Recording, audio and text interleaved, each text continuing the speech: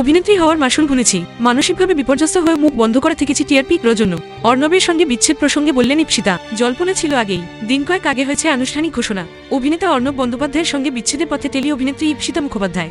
সম্পর্ক ভাঙার পর কেমন আছেন অভিনেত্রী, কিভাবে কাটছে সময়? অভিনেত্রী সাম্প্রতিক এক সাক্ষাৎকারে জানান, সম্পর্ক থেকে বেরিয়ে আসা সহজ নয়, ভেঙে যাওয়ার পরও রেশ থেকে যায়। তবে আগের থেকে অনেকটাই ভালো আছেন অভিনেত্রী, নিজেকে সময় দিচ্ছেন বেশি করে।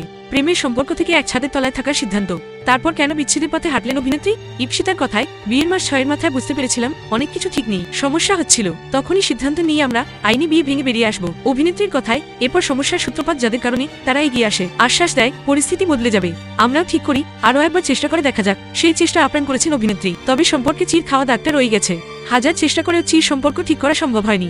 তাই যৌথভাবে সিদ্ধান্ত নিয়েছেন সম্পর্কে ভার হয়ে বেড়ানো প্রয়োজন। সিদ্ধান্ত নেওয়ার পর থেকেই আলাদা থাকছেন দুজনেই।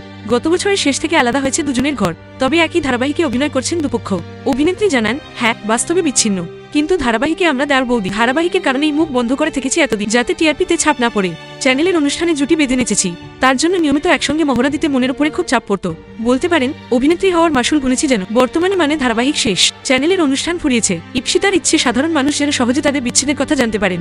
বর্তমানে অর্ণব একটি ধারাবাহিকে নতুন চরিত্রে অভিনয় করছেন। ইপসিতা আপাতত ভালো চরিত্র না পাওয়া পর্যন্ত অভিনয় থেকে বিরতি নিচ্ছেন। অর্ণবের থেকে আলাদা হয়ে আপাতত বাবা মা ও ঈশ্বরকে নিয়ে শান্তি সংসার ইপসিতার।